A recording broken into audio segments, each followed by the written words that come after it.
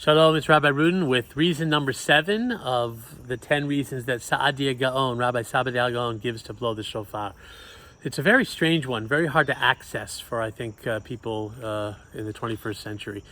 The prophets talk about the shofar sounding as a call to judgment, that God will sound the shofar on that time, that day, the day of judgment, which is Rosh Hashanah, but eventually, as one of the stages of the redemption of the world with the coming of Messiah, this sense of judgment. I don't know if you've ever had the interesting experience of being given a subpoena or some kind of summons or someone letting you know that you're expected in court, even a jury summons. There's a sort of a feeling you get when you realize that you're going to be called to this ordeal.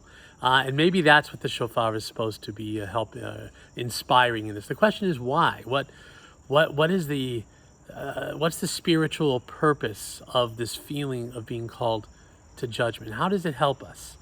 And maybe an answer is what the Slonim Rebbe, a great Hasidic 20th century Rebbe, said, that he compares it to an artist or a designer every now and then goes over the entire grand design, looks it all over, opens the blueprint or opens the hood or takes off the cover and just sees how everything is working together, and seeing that every part, every purpose is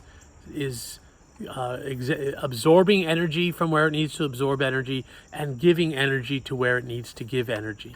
And if one of those parts is not doing that, no longer serving the purpose for which it was created, then a change has to be made. So maybe in the same way, looking at each of ourselves as a part of this whole, of this thing called the cosmos, that each of us absorbs energy, takes in energy, and gives out energy.